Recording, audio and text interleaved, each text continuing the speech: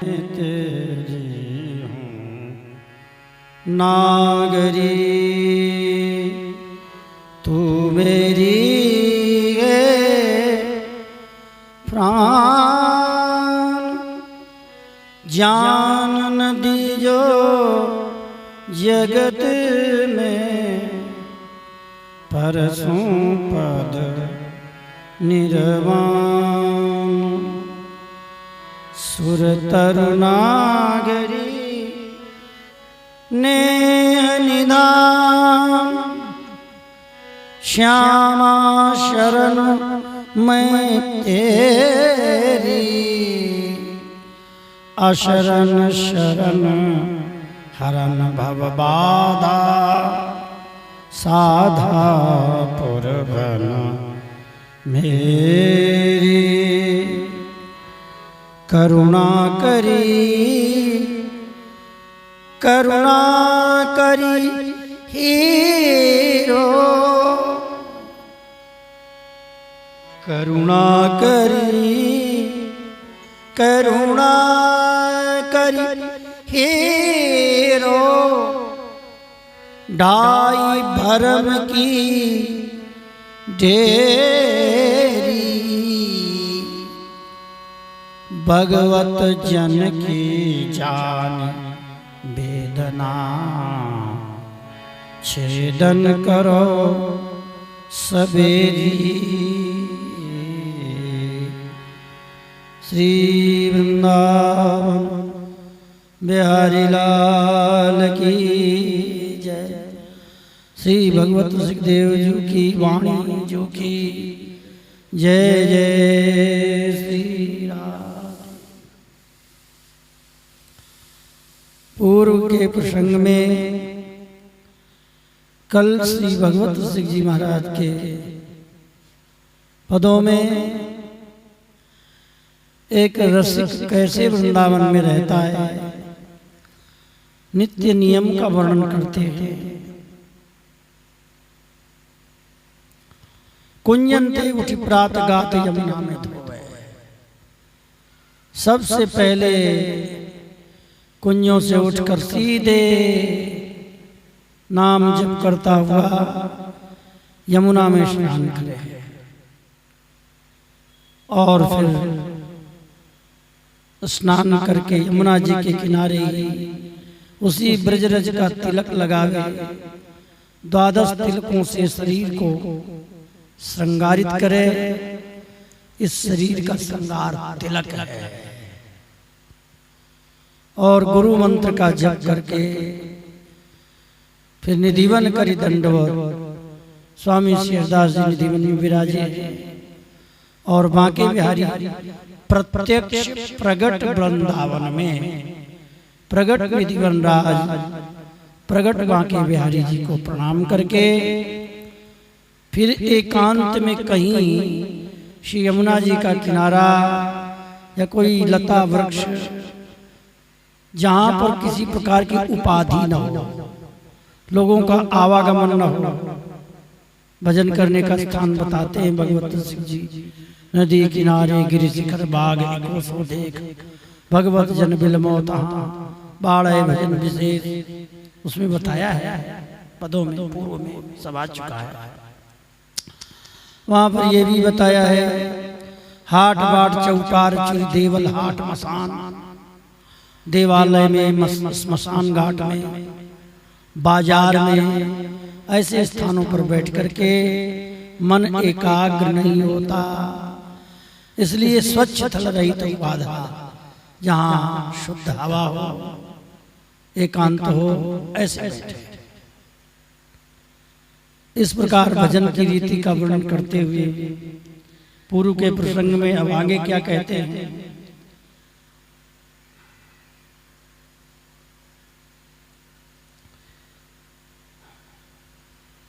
प्रथम दर्श गोविंद रूप के प्राण प्यारे, इसकी चर्चा आज हम कर रहे हैं। प्रस्तुत पद में इसे अष्टपदी कहा है भगवत सिंह जी ने। 8 लाइन है इसमें। दूसरी बात सप्त निधियों का वर्णन किया है। ये वृंदावन की 7 संपत्ति है। जब ये सप्तनिधि यहाँ थी नहीं थी, आज से 500 वर्ष पहले 15वीं शताब्दी के पूर्व में ये वृंदावन घनघोर जंगल के रूप में था। यदा कदा कोई महानुभाव यहाँ आते थे, लेकिन इन मंदिरों के चमत्कार से, इन स्वरूपों, ये श्री विग्रह विराजमान है, मंदिर में मूर्ति विराजमान है। ये मूर्तियों का चमत्कार ऐसा हुआ है कि जिन महापुरुषों ने इन श्री विग्रहों को स्थापित किया, ये मूर्ति बोलती थी, ये मूर्ति चलती थी, ये मूर्ति हंसती थी। ऐसा इनकी भक्ति का प्रताप था।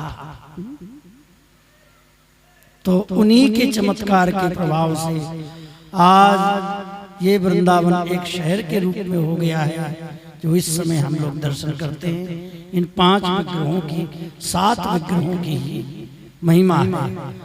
और एक गिरिराज जी में श्रीनाथ जी महाराज विराजते थे, जो वर्तमान में राजस्थान में भीलवाड़ा जिले के अंतर्गत श्रीनाथ जी में विराज रहे हैं। तो आइए वृंदावन की सप्तनिधि का चिंतन करते हैं। प्रथम दरस गोविंद रूप के प्राण प्यार, प्रथम दरस गोविंद रूप के प्राण प्यार, दूजे मोह मदन सनातन सूचि उर्धारे, दूजे मोह मदन सनातन सूचि उर्धारे, तीजे गोपीनाथ मधु हंसी कंठ लगाए, चौथे राधा रमण भट्ट गोपाल लड़ाए, पंचम श्री हरिवंश के सुवल्लभ राधा, पंचम श्री हरिवंश के सुवल्लभ राधा, छठवें जुगल किशोर व्यास सुख दियो अगाधा, सप्तम श्री हरिदास के कुंज बिहारी हैं जहाँ, सप्तम श्री हरिदास के श्री कुंज बिहारी हैं जहाँ, भगवत रसिक अनन्य मिले वास करो निधिवन जहाँ, भगवत रसिक अनन्य मिले वास करो निधिवन जहाँ, निधिवन जहाँ, निधिवन जहाँ। श्री धाम वृंदावन में आज से 500 वर्ष पूर्व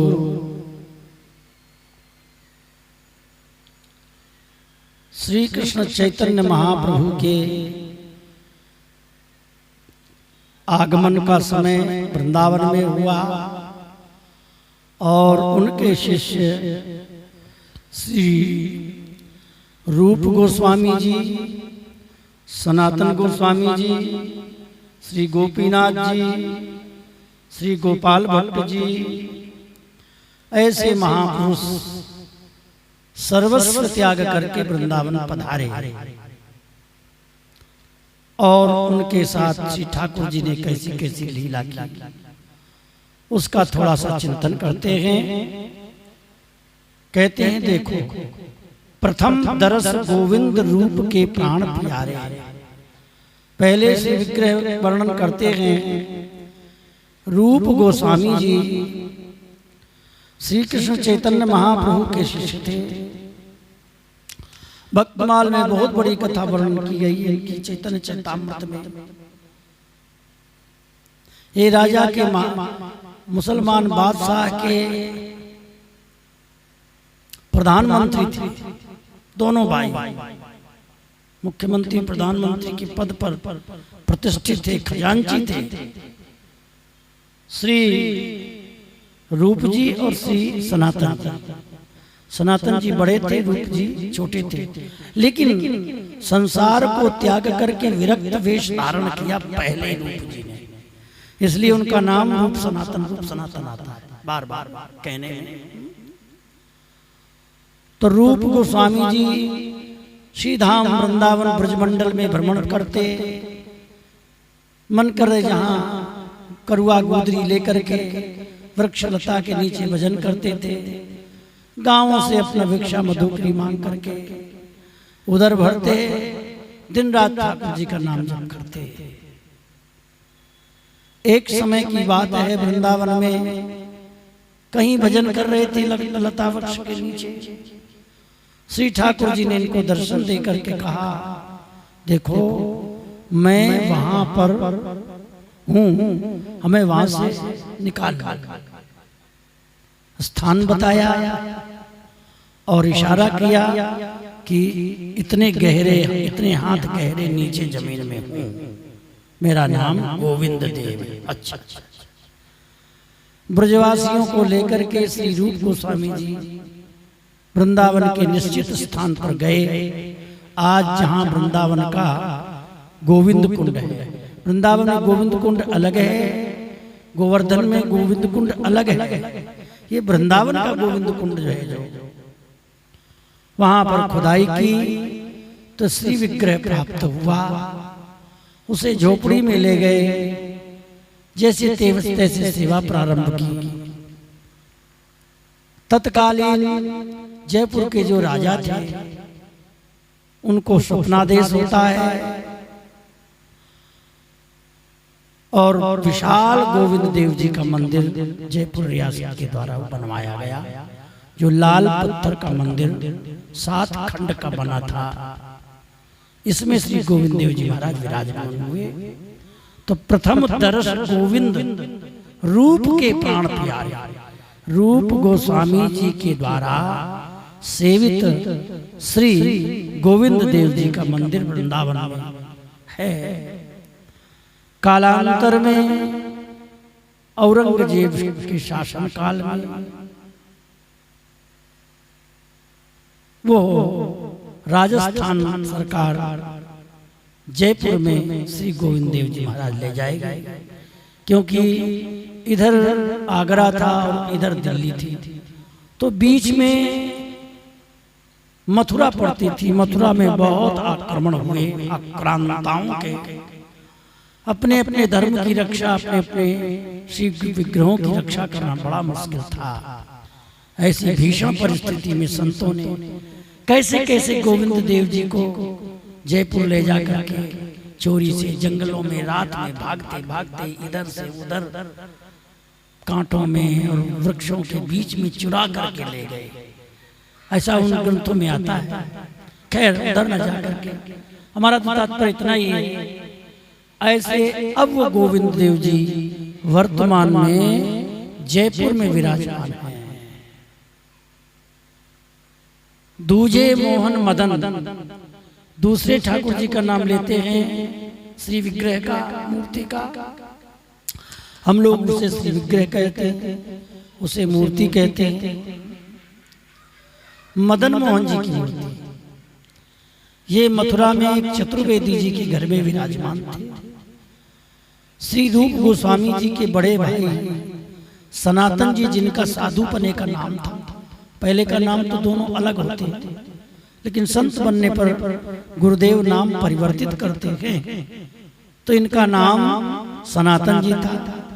ये भी अपने गुरुदेव श्री कृष्ण चैतन्य महाप्रभु से विरक्त दीक्षा लेकर के जैसे तैसे चैतन्य महाप्रभु की आज्ञा हुई, जाओ हमारी सेवा यही है, तुम ब्रज में राधा कृष्ण का भजन करो, जो आज्ञा।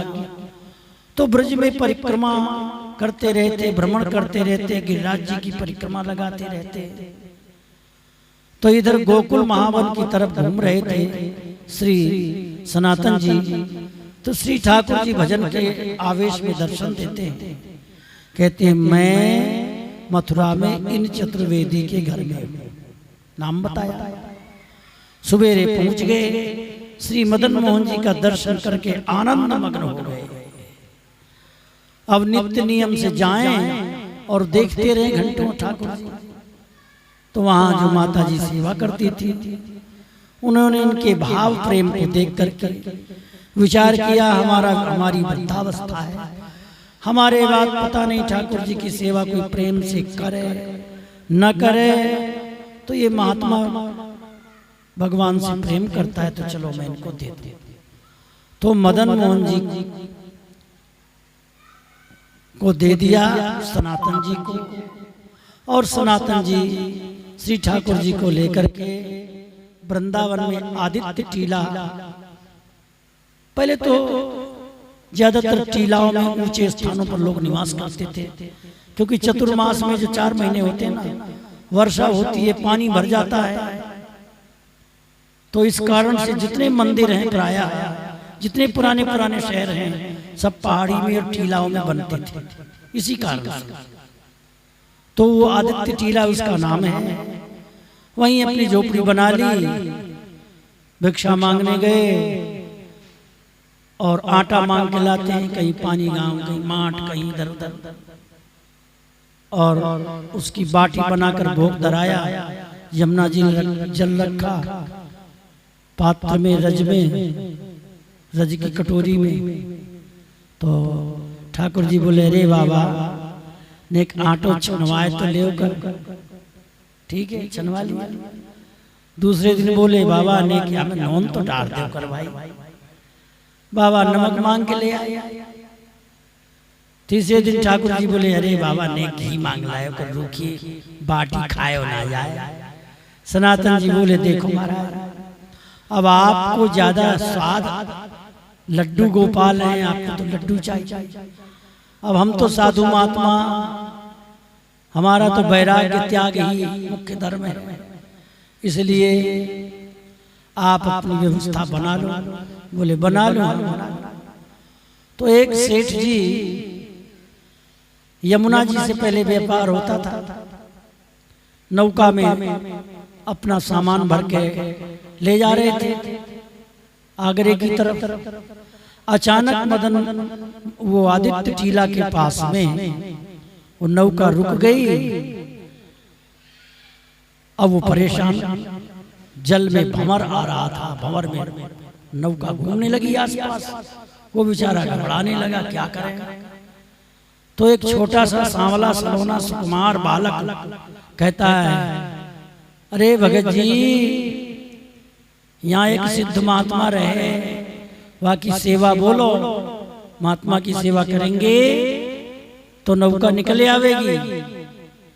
हाथ जोड़ के बोलता है, मैं महात्मा की सेवा करूंगा। तो इतना कहते ही और नौका किनारे आ गया। किनारे लगा करके उससे नौका से आकर झोपड़ी की तरफ टीले में चढ़ के गया। तो महात्मा जी हरे कृष्ण मंत्र जाप कर रहे थे। अचानक एक सेठ जी ने प्रणाम किया। महाराज मैं प्रणाम कर रहा, राधे राधे भैया, हरे कृष्ण। तो महाराज आपकी कुछ सेवा आज्ञा करो। भैया हम तो मधु की मांग लाते हैं, हमें कोई सेवा नहीं चाहिए। एक बालक कह रहा था संत सेवा करो, तो समझ गए कि इसमें मदन मोहन लाल जी की ही कुछ करामात है। बोले भैया बगल में झोपड़ी में जाओ, वो बालक वहीं बैठा है, उससे पूछ लो क्या चाहिए। जो ही झोपड़ी में देखा मदन मोहन जी के दर्शन किए, वो सेठ आनंद मग्न हो गया। यही है बालक, यही है ठाकुर जी की मूर्ति। मुस्कुराने लगे। उस मूर्ति में बालक के दर्शन हुए और मंदिर बनाने की प्रेरणा हो गई। हृदय से आवाज आई, मेरा मंदिर बनाओ सेठ जी, मेरा मंदिर बनाओ। ऐसी घटनाएं अब भी होती है, कान में स्पष्ट आवाज आती है। आगरे में जाकर के पूरा सब सामान बेच दिया और अपने गांठ से भी धन लगा करके विशाल मदन मोहन जी का मंदिर बनवाया।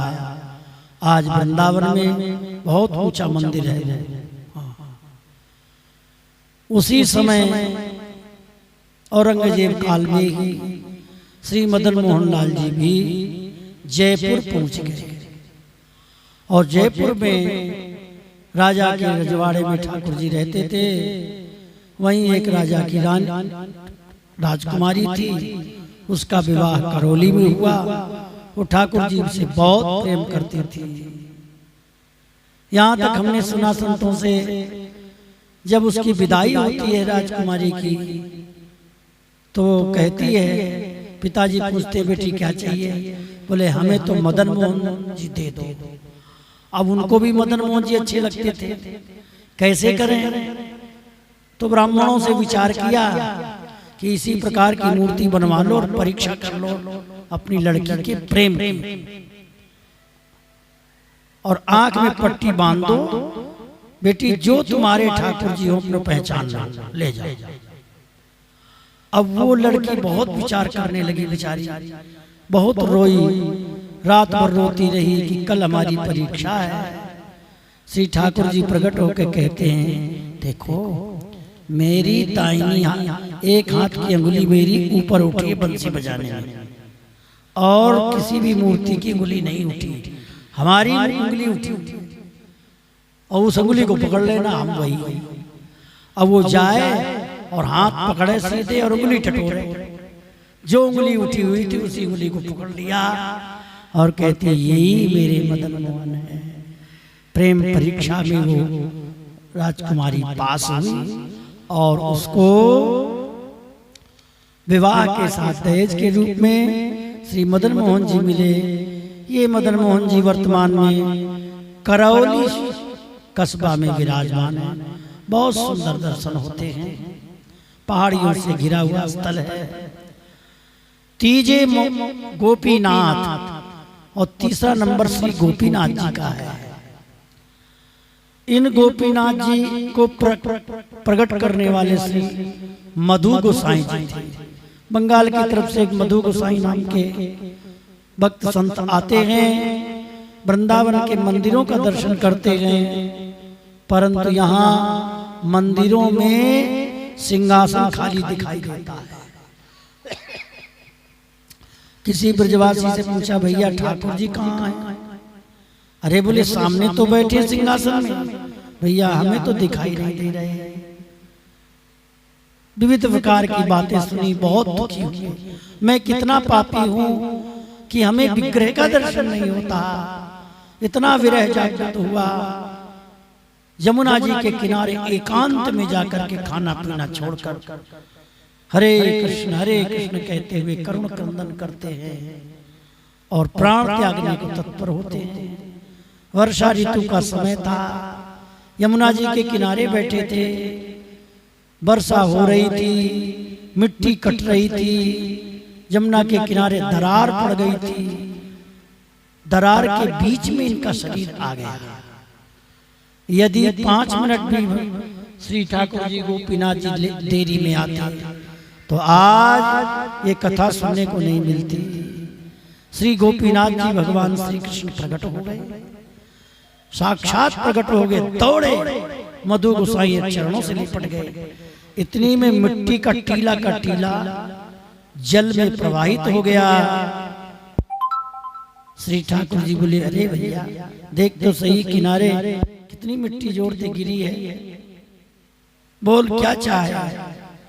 मधु गोसाई बोले, प्रभु बस ऐसे ही जिंदगी भर ऐसे ही देखत रहो, जन्म सफल करी मानो, प्यारे की भामती भामती जो के प्राण प्यारे जुगल के सो रह जाता। हे गोपीनाथ जी, ऐसे ही आपका दर्शन होता रहे। श्री गोपीनाथ जी बोले, देखो ये घोर कलयुग है, इस समय इस प्रकार से तो कठिन है, पर हाँ तुम्हारे लिए तो मैं बोलता चालता हंसता खेलता रहूंगा, औरों के लिए मैं मूर्ति रूप में रहूंगा। ऐसा कह करके गोपीनाथ जी अपने स्वरूप में विराजमान हो गए। जिनका विशाल मंदिर राधा रमण निधिवन राधा रमण के पीछे पुराना मंदिर श्री गोपीनाथ जी का बना हुआ है। कालांतर में ये गोपीनाथ जी भी जयपुर में प्रतिष्ठित किए गए। वहां गोपीनाथ जी का मंदिर बाजार में गोविंद देव जी के मंदिर के पश्चिम भाग में बाजार की तरफ श्री गोपीनाथ जी का मंदिर विराजमान है। वहां मधु गोसाई जी के पैरने का तुलसी का कंठा बड़ा सुंदर दर्शन होता है, दर्शनीय स्थल है। चौथे राधा रमण भट्ट गोपाल लड़ाए, चौथे विग्रह मूर्ति श्री गोपाल जी हैं। कौन?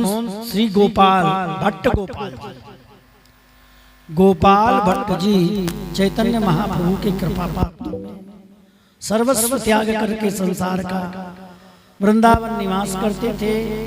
एक शालिग्राम का छोटा सा टुकड़ा इनके पास चक्रांकित था, उसी को स्नान करा देते, तुलसी अर्पण करते और अपने गले में धारण करते या अपनी झोली में रखते। एक समय इनके हृदय में भाव प्रकट हुआ। सभी लोग अपने अपने मंदिरों की सेवा करते हैं कि मेरे भी ठाकुर जी के हाथ पैर होते तो मैं भी इनको श्रृंगार धारण कराता। और ऐसा भाव प्रकट हुआ, उसी भाव में भावित होते हुए विरहाकुल अवस्था हो गई, रोते रहे, खाना पीना छोड़ दिया। अंत में स्थिति ये आती है कि श्री ठाकुर जी सामने प्रकट होकर दर्शन देते हैं, कहते देखो हमने तुम्हारे लिए हाथ पैर निकाल लिए हैं। ऐसा दर्शन हुआ और दृश्य अदृश्य हो गया। पीपल के पेड़ से अपने भिक्षा की झोली हटाई, खोल कर देखा तो शालिग्राम में हाथ पैर श्री अंग निकले हुए दर्शन हुए। आज वही छोटे से श्री राधा रमण जी वृंदावन में विराजमान है। हमने ऐसा सुना संतों से कि ये राधा रमण जी वृंदावन से बाहर कहीं अन्यत्र नहीं गए, क्योंकि छोटे से हैं, मन करे जहां तुरंत छिपा लो। तो ऐसे चौथे राधा रमण भट्ट गोपाल लड़ाए, पांचवें हित हरिवंश के स्वल्लभ राधा, पांचवें जो श्री राधा वल्लभ लाल जी हैं, इनकी सेवा श्री हित हरिवंश जी करते थे। श्री हित हरिवंश जी महाराज देवबंद सहारनपुर जिले में देवबंद नाम का कस्बा है, वहां पर श्री हित हरिवंश जी चंद्र जी के पिताजी व्यास मिश्र जी, इनकी माता तारा रानी, व्यास मिश्र बहुत उद्भट विद्वान थे, राजा के पुरोहित थे। कोई पुत्र नहीं था तो उनके भाई महात्मा हो गए थे। तो तारा रानी ने संत जी से प्रार्थना की, हमें कोई पुत्र प्रदान करो। श्री ठाकुर जी से निवेदन किया संत जी ने, तो भगवान ने कहा मेरी बंसी का अवतार हरिवंश बालक के रूप में होगा। ऐसा आदेश दिया ठाकुर जी ने। श्री कृष्ण ने, उन्होंने अपने भाई व्यास मिश्र को, उनकी गृहिणी को कहा कि कालांतर में तुम्हारे बालक होगा। ठाकुर जी ने कहा है, बालक हुआ। श्री व्यास मिश्र और तारा रानी ब्रज की परिक्रमा कर रहे थे, तो बाद नाम का गांव मथुरा से आगरा के बीच में, मथुरा से लगभग 5-10 किलोमीटर बाद गांव पड़ता है। वहीं बाद गांव में पीपल वृक्ष के नीचे ब्रज परिक्रमा करते हुए श्री हरिवंश चंद्र जी का प्राकट्य वैशाख के शुक्ल पक्ष एकादशी को हुआ, जो हरिवंश जी का प्राकट्य महोत्सव मनाते हैं। बड़े होने पर शादी विवाह होती है, बालक भी होते हैं। राधा रानी प्रकट होकर कहती हैं, अब तुम सर्वस्व त्याग करके वृंदावन चलो, सेवा वो प्रकाश और विलास कुंज धाम को। हमारी सेवा कैसे करनी है, और निकुंज में हम राधा रानी कहती हैं, हम और मेरे लाल प्राण वल्लभ दोनों एक साथ रहते हैं, कभी अलग नहीं होते। तो ये निकुंज भाव के भजन की उपासना का रहस्य लोगों को समझाओ, शिष्य बनाओ और उपासना प्रारंभ करो। ऐसा राधा रानी ने आदेश दिया। उन्होंने अपनी गृहिणी से कहा, देखो राधा रानी ने आदेश दिया है कि वृंदावन जाओ, वहां मेरी पूजा सेवा प्रारंभ करो। तो उन्होंने कहा, आप चलिए, मैं अपने बालकों की शादी विवाह करके फिर हम आएंगे। तो अपने बच्चे गृहस्थ सब त्याग करा करके ठाकुर जी ने हरिवंश जी को वृंदावन बुलाया। रास्ते में चलते चलते एक गांव था, वहां पर श्री राधा वल्लभ जी का मंदिर था। पुजारी जी की 2 लड़की थी। ठाकुर जी से प्रार्थना करते थे, प्रभु धन तो आपकी सेवा में खर्च हो गया, अब लड़कियों की शादी कैसे करें। आज वो समय आया। श्री राधा वल्लभ जी पुजारी जी को आदेश देते हैं रात में स्वप्न में कि तुम्हारे दरवाजे पर श्री हरिवंश जी नाम के ब्राह्मण विराजमान हैं, उनको दहेज में हमें दे दो और दोनों लड़कियों की शादी कर दो। क्या प्रभु की लीला। सुबह के समय देखा तो हरिवंश जी महाराज श्री राधा जप कर रहे हैं। ब्राह्मण देवता ने कहा, महाराज मेरे ठाकुर जी ने ऐसी आज्ञा की है, आप विचार करें। तो ज्यों ही राधा वल्लभ जी का दर्शन किया, हरिवंश जी गदगद हो गए। आहा, ठाकुर जी मेरे पास आना चाह रहे हैं, जैसी प्रभु आपका इच्छा। जितना भी सामान था घर में सब बैलगाड़ी में लाद करके ठाकुर जी को विराजमान करके 2 लड़कियों को भेंट किया हरिवंश जी के साथ शादी करके, और भेंट करके भक्त चले गए हिमालय की तरफ भजन करने के लिए तीर्थाटन को। और हरिवंश जी वृंदावन आए।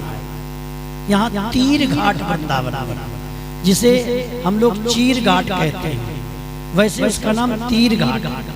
यहाँ ब्रजवासियों ने देखा हरिवंश जी को, एक बहुत बड़ा इस इलाके के वो डकैत रूप में थे, चोर रूप में, लेकिन हरिवंश जी के स्वरूप उनके वैराग्य भक्ति को देखकर प्रभावित हुए, शिष्य हो गए। कालांतर में मंदिर बन गया श्री राधा वल्लभ जी का। ये राधा वल्लभ जी भी कुछ समय के लिए काम बन गए थे, पुनः वृंदावन आ जाते हैं। पंचम श्री हरिवंश के स्वल्लभ राधा, ऐसे श्री राधा वल्लभ लाल, बांके बिहारी लाल और श्री राधा रमण लाल ये वृंदावन में ही विराजमान हैं। अब 6वें जुगल किशोर व्यास सुखदेव अगाधा, 6वें स्वरूप में श्री हरिराम व्यास जी के सेव्य श्री जुगल किशोर जी महाराज। हरिराम व्यास जी सेवा कुंज के बगल में जो जंगल है, वहां पर हरिराम व्यास जी जुगल किशोर ठाकुर जी की सेवा करते थे।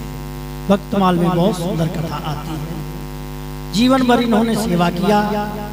इनके शरीर छोड़ने के बाद काल के प्रभाव से समय की इस परिस्थितियां देख करके ये जुगल किशोर जी वर्तमान में पन्ना रियासत में, पन्ना जिले में बहुत सुंदर मंदिर बना हुआ है। 7वें श्री हरिदास के श्री कुंज बिहारी है, जहाँ 7वीं जो निधि है, संपत्ति है, श्री कुंज बिहारी लाल, जिन्हें वर्तमान में बांके बिहारी के रूप में कहा जाता है, जिनका दर्शन करने के लिए देश विदेश से सभी लोग वृंदावन आते हैं। और संवत 15वीं 16वीं शताब्दी के मध्यकाल में जो विवाह पंचमी जिसको कहते हैं, अगहन के शुक्ल पक्ष की पंचमी को संतों की इच्छा जान करके श्री स्वामी हरिदास जी महाराज ने बीचल कुलदेव जी से कहा, देखो आगे देखो क्या है। तो एक गुफा प्रकट हो गई, उसमें दिव्य प्रकाश था। श्री बीठल कुलदेव जी भीतर जाते हैं स्वामी श्री हरिदास जी के परम शिष्य, और वहां बांके बिहारी लाल जी को लेकर के बाहर आकर के विराजमान करते हैं, जिन्हें हम श्री कुंज बिहारी स्वामी श्री हरिदास जी, जिन्हें कुंज बिहारी कहते हैं, हम लोगों को बांके बिहारी कहते हैं। भाव अपने भक्त से, भक्त लोग अपने भाव से सब कुछ इनको कहते हैं। ऐसे जिन्हें कुंज बिहारी कहा है, जिन्हें बांके बिहारी कहते हैं, साथ हैं श्री हरिदास के कुंज बिहारी है जहाँ, ऐसे बांके बिहारी लाल निधिवन में विराजे। स्वामी श्री हरिदास जी महाराज ने जीवन भर किसी को सेवा नहीं दिया, अपनी सेवा करते, स्वयं बांके बिहारी की सेवा करते थे। बीठल कुलदेव जी तो स्वामी जी के कुछ दिन बाद ही चले गए। बिहारी देव जी महाराज सेवा करते थे, बहुत दिन बिहारी देव जी ने सेवा की, और तत्पश्चात वर्तमान जो बांके बिहारी जी के गोस्वामी लोग हैं, उन लोगों को सेवा प्रदान की गई। वो लोग सेवा कर रहे हैं, तो निधिवन से फिर समयानुसार मंदिर बांके बिहारी इलाके में जहाँ बिहारा विराजमान, यहाँ मंदिर बन गया। अब वर्तमान में बांके बिहारी जी यहाँ विराजमान हैं। भगवत रसिक जी कहते हैं, भगवत रसिक अनन्य मिली बास करो निधिवन जहाँ। ऐसा जो सुंदर स्थान निधिवन है, जहाँ पर बांके बिहारी जी नित्य विराजते हैं श्री राधा रानी के साथ, जहाँ नित्य बिहार लीला होती रहती है। ऐसे श्री निधिवन राज की जय हो, बांके बिहारी लाल की। तो ये वृंदावन की 7 निधि है, 7 संपत्ति है। जो 7 संत हैं, उन संतों के सेव्य ये 7 ठाकुर जी हैं, जो साक्षात प्रगट वार्तालाप करते थे, बातचीत करते थे। ऐसे चमत्कारी श्री विग्रहों का दर्शन आज भी हम लोग करते हैं। बोलो वृंदावन बिहारी लाल की। आगे विपितन व्यापक विपुल प्रेम बस कीने दंपति, जुगल सरकार श्री राधा और कृष्ण राधा रानी बांके बिहारी वृंदावन के निकुंज में विराजते हैं। कैसा उनका स्वरूप है, कैसे वहाँ आभा मंडल है, निकुंज में कौन कौन है, इस प्रकार की चर्चा आगे के सत्र में करेंगे। जय जय श्री